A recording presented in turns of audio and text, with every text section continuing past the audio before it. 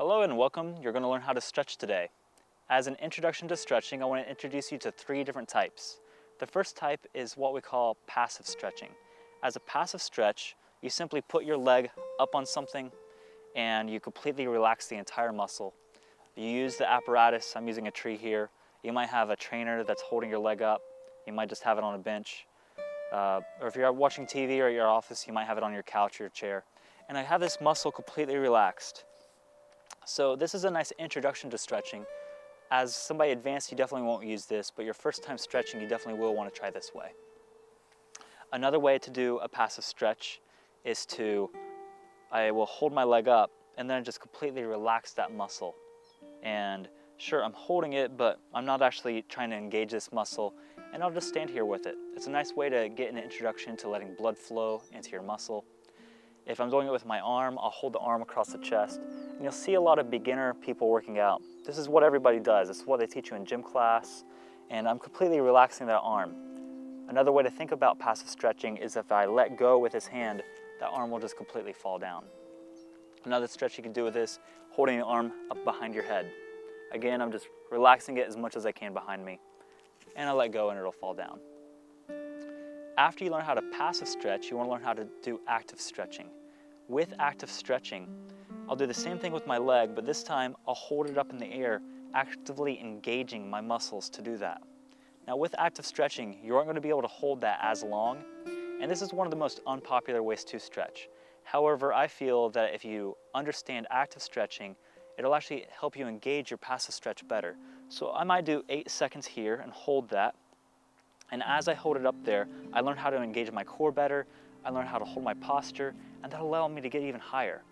After I understand active stretching, then I can go back to my passive stretch, and I no longer have to relax this low. I can actually get that leg a lot higher, and now I can just passively stretch into it. And that takes us into our third type of stretching, which is what we call static stretching. The static stretch is where you're here passively stretching. However, I will reach deep into it, and I'll just hold that at a really deep stretch. As I do that, I want to remember what I did in my active stretching. In order to hold this here on my own, I had to hold my chest high. I had to engage my core, and then I stretch as deep as I can into that. So the static stretching is a great way to learn how to engage even more blood flow into that muscle.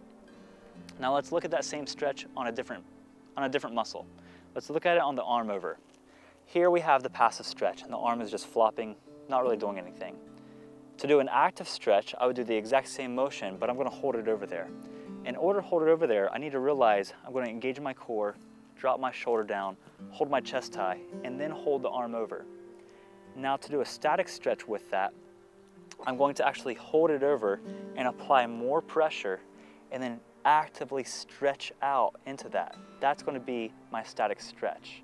Now the static stretch is actually the most popular that you'll see people do. People first start out passively stretching, but then you see people that are actually athletes, they'll go and pull that even further beyond what they're capable of. If you're a trainer with somebody, and instead of having them go up higher on a log, for example, when you're holding somebody's leg and they're just passively stretching, to turn it into a static stretch, you can simply raise their leg up higher. That turns that into a static stretch. So those 3 types are the most basic types of stretching that you want to do, and it's a really great way to learn how to engage your muscles more, bring more flexibility to them, and also maintain safety.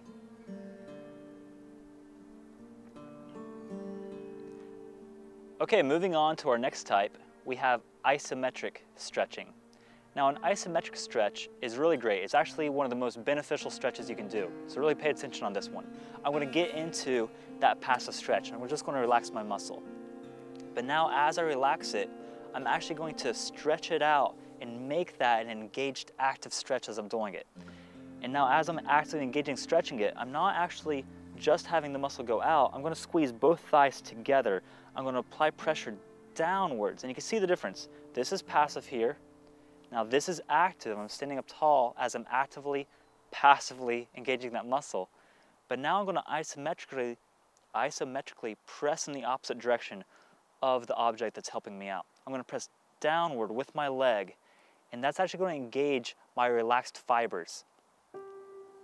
So in stretching, we have two sets of fibers. We have one set that are relaxed, we have one set that are getting stretched. They're usually on opposite ends of each other. So as I'm here stretching and stretching into that, I'm actually engaging one set of those muscle fibers. Now as I contract that muscle, I engage a complete different set. The cool thing about an isometric stretch is I will stretch into that and I will get my leg up into a very high passive stretch, and now that it's passive, I'll actively engage it. And that teaches my body to actually stretch out the relaxed muscle fibers. And that's why we get such a stronger stretch with this one. Now after I do that for a few weeks, you'll actually see that your flexibility is 20–30% better than it was before. Okay, another way to do our isometric stretching is I can actually push on a wall, for example. And you'll see a lot of people do this as they're stretching out their calves. They will push against something and stretch that calf out, and now I'm actually trying to push the tree away. And that's impossible to do, and that actually will give me a nice strong calf stretch. As I do this, I maintain my active stretching. So in order to understand isometric stretching, you have to understand all of them. Passively, I can't really do this. Just standing here passively doesn't really do anything. Standing here actively, however, in an active stretch, it's a decent stretch. You learn how to hold that back there with strong posture and just maintain that motion. Now, after you learn it with an active stretch, we want to take that into an isometric stretch. With the isometric stretch, I'll actually push off of the tree and the ground at the same time, creating the isometric stretch. Now, the isometrics, it's actually an isolation of one muscle. I'm only stretching the back of my leg. Now for me, this is actually a stretch in my front of my leg and the back of my leg. As you get better flexibility, it'll actually isolate and you'll realize it's just your lower leg that's getting stretched right here. And the further I put that back and push even harder, the further it'll actually stretch into just that one muscle. You'll see a lot of people that don't actually understand active stretching.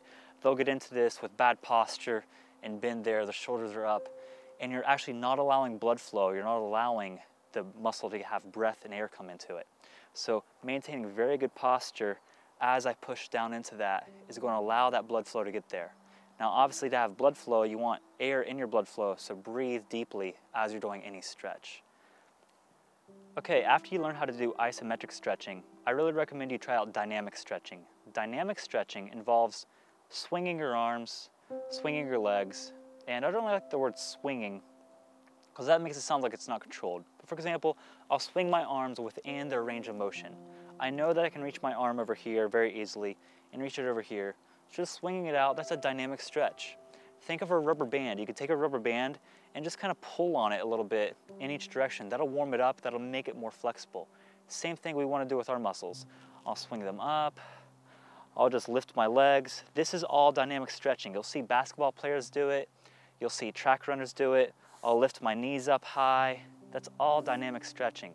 And when you do it kind of fast, you can get warmed up pretty quickly. You see a lot of runners do all of this. I'll stretch up above, just stretch out. That's all dynamic stretching. And you don't really need any kind of introduction to it. You've probably already done it if you're in athletics. And it's probably one of the most common one you'll see when people are really, really cold. It's a great way to get out there. You just start moving around. You can actually slowly engage your muscles and start playing your sport. You'll see a boxer get out in the ring and he'll just start boxing. He doesn't do any kind of warm up at all. He'll just box. Now, this is what you need to understand with dynamic stretching though. You stay within your range of motion. Once I reach past that range of motion and actually swing my arm way past where it's capable of going on its own, that becomes what we call ballistic stretching. So ballistic stretching is like a ball. You take that ball, ballistic, has the word ball in it, you take it and you compress it past where it's capable of, and that compression will make it bounce back. So my arm's going to swing, and that's as far as I can take it on my own, but if I'm going to bounce it further, it can go all the way here, then it bounces right back. So I'm going to swing into that. Now you'll see this in more advanced athletics. You don't want to do this with beginners. As an athlete yourself, I would recommend it, but for the beginner clients that you have, never do ballistic stretching with them. This is getting pretty advanced, and you now have to understand how to breathe into your motion. You need to even understand where you can do your dynamic stretching. Me, dynamically, I know I can get there, therefore I know ballistic, I can get here. I wouldn't, however, go way beyond that.